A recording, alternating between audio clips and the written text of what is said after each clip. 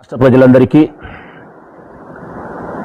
అలాగే ముఖ్యంగా కడప జిల్లా ప్రజలకు ప్రొద్దుటూరు నియోజకవర్గ ఓటర్ మహాశయులందరికీ ప్రొద్దుటూరు నియోజకవర్గ వైఎస్ఆర్ కాంగ్రెస్ పార్టీ హృదయపూర్వకంగా నమస్కరిస్తూ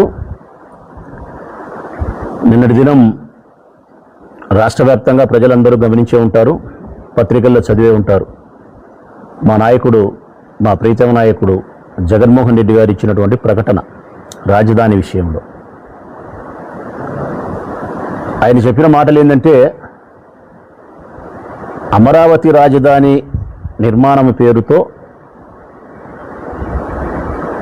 విపరీతమైనటువంటి ధనాన్ని దోచేస్తున్నారు. అవినీతి, భూ కుంభకోణం జరుగుతూ ఉంది. విపరీతమైనటువంటి డబ్బును ఆర్జిస్తోంది తెలుగుదేశం పార్టీ.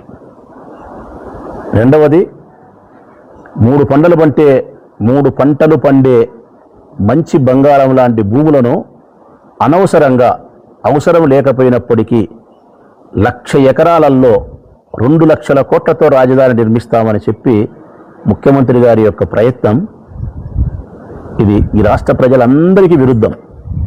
కారణం, మొట్టమొదట తీసుకున్న రైతుల దగ్గర 50,000 ఎకరాలకే అతి గతి లేదు. అవే రాజధాని 5 సంవత్సరాల అవకాశం ఇస్తే రాజధాని నిర్మించలేకపోతేవి. పోనీ రైతులకు ఏమన్నా ఫ్లాట్లు ఇస్తామని చెప్పి ఇచ్చినావంటే అది సక్రమంగా చేయకపోతేవి. గడిచిన 5 సంవత్సరాలు, ఇప్పుడు మళ్ళా 2 ఏళ్ళు, ఈ 7 సంవత్సరాల కాలంలో నువ్వు తీసుకునే 50,000 ఎకరాల భూములకు సంబంధించి రైతులను సంతృప్తి పరచలేకపోవడం, పైగా రాజధాని నిర్మించలేకపోయినావు. ఈ 7 ఏళ్ల కాలం నువ్వు చేసినది ఏంటంటే గన అక్కడ ఉండబడిన ప్రాంతంలో కంప చెట్లు కొట్టుకోవడము, నీళ్ళు వస్తే మోటార్లు పెట్టి నీళ్ళు ఎత్తేసుకోవడము. ఇది తప్పు, నువ్వు చేసినది ఏమీ లేదు. ఇప్పుడు మళ్ళా నీ ధనదాహాన్ని తీర్చుకునే దానికోసము ఇంకొక 50,000 ఎకరాలు కావాలా? టోటల్గా 1,00,000 ఎకరాలలో 2 లక్షల కోట్లతో రాజధాని నిర్మిస్తా అని చెప్పి స్క్వేర్ ఫీటుకు 14,000 రూపాయల చొప్పున, చదరపు అడుగుకు 14,000 రూపాయల చొప్పున నిర్మాణానికి డబ్బులు తీసుకొని నీ ఇష్టానుసారం రైతులను ఏడిపించి అవినీతి కుంభకోణంతో 1,000 కోట్ల రూపాయలు సంపాదించుకునేదానికి మార్గం సుగమనం చేసుకుంటున్నారు. దోచుకుంటున్నారు, ఇతర దేశాలకు పోయి దాచుకుంటున్నారు. ఇదే జరుగుతుంది. ఇది రాష్ట్ర ప్రజలకు ఎవరికీ సమ్మతం లేదు, ఎవరికీ లేదు. ఎందుకు సమ్మతం లేదు అంటే కనుక 1,00,000 ఎకరాలలో రాజధాని నిర్మాణం ఏంది అనేది రాష్ట్ర ప్రజలందరి అభిప్రాయం. అసలు ఈ రాష్ట్రం ఉండే అప్పులలో జీతాలే సక్రమంగా ఇవ్వలేకపోయినటువంటి దశలో 2 లక్షల కోట్లతో రాజధాని నిర్మించడం అవసరమా? ఈ అప్పులన్నీ ఎవరి నెత్తికొస్తాయి? భావితరాల మన పిల్లల భవిష్యత్తుకు భంగమే కదా, అప్పులమయమే కదా అనేది రాష్ట్ర ప్రజల అభిప్రాయం. ఇది నిజంగా రాష్ట్ర ప్రజల యొక్క అభిప్రాయం మేరకు అమరావతి రాజధాని నిర్మాణమా, లేకపోతే నీ పార్టీ వాళ్ళను, నీ కులస్తులను, లేకుంటే నీ కుటుంబ సభ్యులను ఆర్థికంగా ధనవంతులు చేసేదానికోసం నిర్మించే రాజధాని? ఇదే రాష్ట్ర ప్రజలందరి ముందర ఉండే ప్రశ్నే. ఇదే విషయాన్నే మా నాయకుడు జగన్మోహన్ రెడ్డి గారు ప్రస్తావించినది. నేను రైతుల పక్షపాతిని అని చెప్పినాడు నిన్న ఆయన. నేను రైతుల సింపథైజర్. రైతులను బాధిస్తున్నారు, రైతుల భూములు లాక్కుంటున్నారు, అనవసరమైన చోట అవసరం లేని డబ్బుతో అనవసరమైన రాజధాని నిర్మాణం పేరుతో 1,00,000 ఎకరాలలో 2 లక్షల కోట్లతో మీరు చేస్తూ ఉండే నిర్మాణం ఎప్పటికీ పూర్తి కాదు, మీరు ధనాన్ని దోచుకుంటున్నారు. ఇదే ఆయన చెప్పింది. ఇది చెబుతూ మావిగన్ ప్రస్తావన తీసుకొచ్చినాడు ఆయన. మావిగన్ అంటే మచిలీపట్నము, విజయవాడ, గుంటూరు, ఈ 3 యొక్క పట్టణాలను అనుసంధానం చేస్తూ మచిలీపట్నం, గుంటూరు, మచిలీపట్నం, విజయవాడ, ఈ 3 నగరాలను, ఈ 3 పట్టణాలను అనుసంధానం చేస్తూ ఈ నేషనల్ హైవేని ఉపయోగించుకుంటూ మచిలీపట్నంలో ఉండబడిన పోర్టును ఉపయోగించుకొని, గుంటూరులో ఉండే విద్యా సంస్థలను ఉపయోగించుకొని ఎడ్యుకేషన్ డిపార్ట్మెంటు, విజయవాడలో ఉండబడినటువంటి ఎయిర్పోర్ట్ను ఉపయోగించుకొని, 3 చోట్ల ఉండబడిన రైల్వే లైన్ను ఉపయోగించుకొని, ఈ 3 రోడ్లను అనుసంధానం చేసే నేషనల్ హైవేని ఉపయోగించుకొని ఇదివరకే విస్తృతంగా జనసంద్రమై పట్టణాలుగా ఏర్పడి వ్యాపార కేంద్రాలుగా ఉండబడిన ఈ ప్రాంతాన్ని మనం రాజధానిగా నిర్మించుకోగలిగితే ఏ 10,000 20,000 కోట్ల రూపాయలతోనే అద్భుతమైన రాజధాని మనం చేసుకోవచ్చు, పెద్ద శ్రమ కూడా ఉండదు, ఆడ కట్టే 4 బిల్డింగులు ఇక్కడ కడితే సరిపోతుంది, ప్రజాధనాన్ని దుర్వినియోగం చేయొద్దు, ప్రజాధనాన్ని దోపిడీ చేయొద్దు, ఎప్పటికీ పూర్తిగా రాజధాని నిర్మించడం అనే సంకల్పం కంటే ఆల్రెడీ ఎదిగి ఉండబడినటువంటి అభివృద్ధి చెందినటువంటి ప్రాంతంలో మనము సులభంగా 1-2 సంవత్సరాల కాలంలో రాజధానిని ఎస్టాబ్లిష్ చేయొచ్చు, అటువంటి ప్రాంతాన్ని ఎన్నుకోవడమే న్యాయం కదా. అందుకు సముచితమైనటువంటి ప్రదేశం విజయవాడ, గుంటూరు, మచిలీపట్నం. ఇదే ఆయన చెప్పింది. ఇదివరకే ఆయన మాట్లాడినాడు, ఇప్పుడు మాట్లాడినాడు, ఇదివరకు మాట్లాడినాడు. మరి ఇప్పుడైతే స్పష్టంగా ఆయన చెప్పిన మాట ఏంటంటే కదా, ఇదివరకు చెప్పిన దానికి ఇప్పుడు చెప్పిన దానికి భేదం ఏంటంటే రాష్ట్ర ప్రజలందరికీ కూడా ఒక అభ్యర్థన చేసినాడు. రాష్ట్ర ప్రజలందరినీ కూడా ఒక అభ్యర్థన చేసినాడు నిన్నటి దినం ఆయన. ఎస్, మా వైఎస్ఆర్ కాంగ్రెస్ పార్టీ స్టాండ్ ఇదే. మేము రేపు ఎన్నికలలో మావిగన్ రాజధానిగా మేనిఫెస్టోలో పొందుపరిచి ఇదే విషయాన్ని ప్రజలకు చెప్పి మేము ఓటు అడుగుతాం.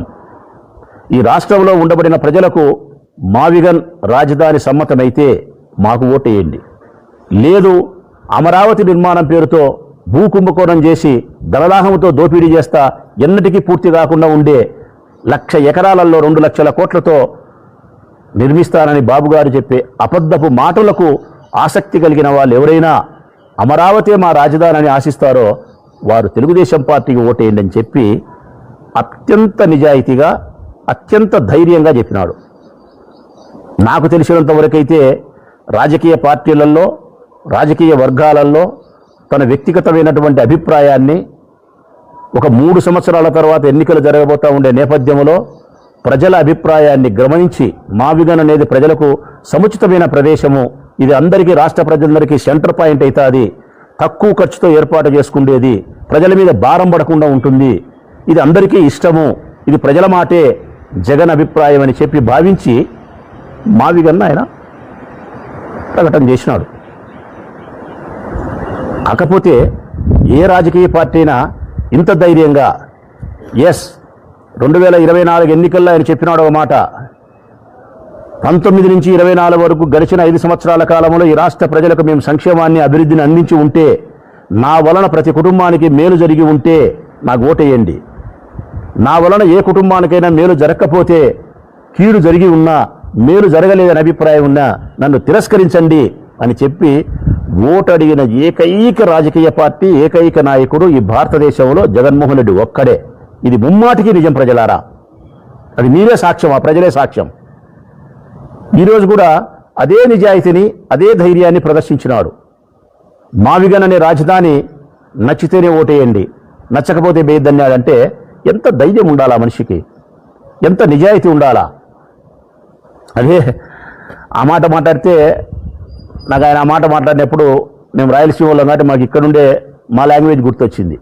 నిజంగా ఎక్కడైనా మా రాయలసీమలో, మా ప్రాంతంలో కడప కానీ, కర్నూలు కానీ, చిత్తూరు, అనంతపురం ఈ ప్రాంతంలో ఎక్కడైనా మా వాళ్ళు ఏం మాట్లాడతారంటే, ఎప్పుడైనా ఏదైనా ఒక సందర్భం, పంచాయతీ ఏదైనా గొడవ ఏదైనా జరిగినప్పుడు ఎక్కడైనా మాట్లాడుకుంటే అత్యంత నిజాయితీగా, ఉన్నది ఉన్నట్టుగా, నీకు నాకు బలపక్రమ లేకుండా అంటారు. అంటే పక్షపాత ధోరణి లేకుండా నిజాయితీగా ఉన్నది ఉన్నట్టు ధైర్యంగా మాట్లాడి చెబితే అదే మా రాయలసీమలో అయితే ఒక మాట అంటారు, ఇదిరా మగోని మాట అంటారు. ఏమంటారు? ఇదిరా మగోని మాట, మగోని తిన మాట్లాడినామంటారు.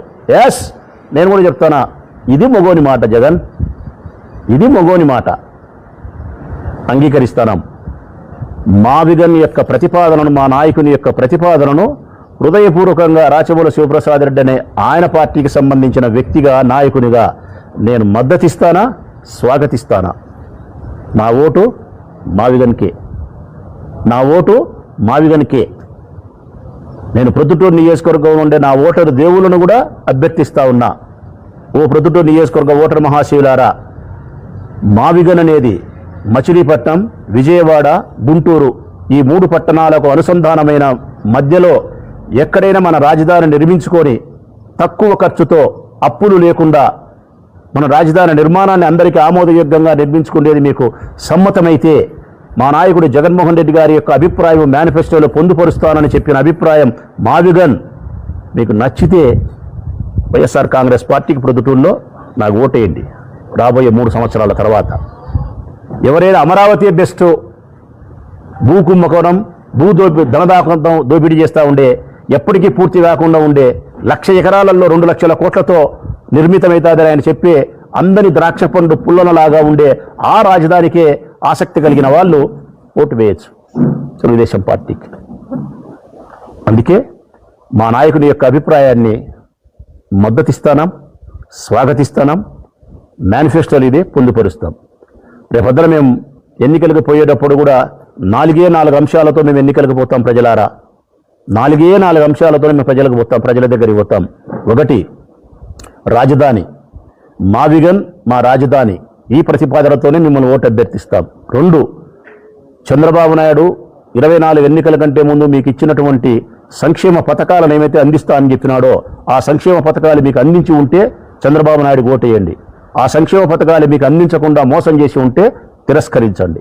3, ఏవైతే నేను అభివృద్ధి కార్యక్రమాలతో ఈ రాష్ట్రాన్ని సస్యశ్యామలం చేస్తా, సంపదను సృష్టించి మీకు పంచుతా, అభివృద్ధి చేయగలుగుతా అని చెప్పినాడో ఇచ్చిన మాట మేరకు సంపదను సృష్టించి ఉండి మీకు పంచి ఉండి అభివృద్ధిని చేసి ఉంటే మీ నియోజకవర్గాల్లో మౌలికమైన వసతులతో విద్య కావచ్చు, ఆరోగ్యం కావచ్చు, వ్యవసాయం కావచ్చు, నీరు కావచ్చు, డ్రైనేజ్ కావచ్చు, రోడ్డు కావచ్చు, శ్మశాన వాటికలు కావచ్చు, ఏదైనా ఇటువంటి అభివృద్ధి కార్యక్రమాలు మీకు చేసి ఉంటే ఆయనకు ఓటేయండి, లేకపోతే తిరస్కరించండి అని అడుగుతాం. 4వది, ఈ రాష్ట్రంలో చంద్రబాబు నాయుడు పాలనలో శాంతి భద్రతలు పటిష్టంగా పరిరక్షణలో ఉన్నాయంటే ఆయనకు ఓటేయండి. శాంతి భద్రతలు క్షీణించినాయి, ఆడపిల్లల యొక్క మానాలకు ప్రాణాలకు రక్షణ లేదు, తప్పుడు కేసులు నమోదవుతా ఉన్నాయి, లాకప్ డెత్తులు ఎక్కువైపోయినాయి, లాకప్ దహనాలు ఎక్కువైపోయినాయి. అంబేద్కర్ రాజ్యాంగం నడవకుండా రెడ్ బుక్ లోకేష్ బాబు రాజ్యాంగం నడుస్తోంది. ఈ రాష్ట్రంలో శాంతి భద్రతలు పూర్తిగా క్షీణించినాయి. సగటు మనిషి సంతోషంగా స్వేచ్ఛగా భావ ప్రకటనతో జీవించగలిగిన స్థితి ఈ రాష్ట్రంలో లేదు అని మీరు నమ్మి ఉంటే ఫ్యాన్ గుర్తుకు ఓటేయండి, లేదంటే సైకిల్కి ఓటేయండి. ఇవి ఈ 4 అంశాలతోనే మేము ఎన్నికలకు పోతాం. రాజధాని, సంక్షేమము, అభివృద్ధి, శాంతి భద్రతలు. ఇంత నిజాయితీగా మా నాయకుడు జగన్మోహన్ రెడ్డి గారి నాయకత్వంలో ఇంత ప్రజాస్వామ్యబద్ధంగా మేము మా అభిప్రాయాన్ని ప్రజల ముందు ఉంచి ఓటు అడగబోతున్నాం. దీని మీద వాళ్ళు మాట్లాడేది ఏంటంటే కనుక ఈరోజు రేపు ఇంకా రకరకాలుగా వ్యంగ్యము, రకరకాలుగా అవులయ్య, రకరకాలుగా దూషణ జగన్మోహన్ రెడ్డిని చేస్తూ మాట్లాడతారు. ఇవి సరైన మాటలు కాదు. మంత్రులకు, మీ ఎమ్మెల్యేలకు, కూటమిలో ఉండేవారికి చెప్తా ఉన్నా, ఇది సరైనది కాదు.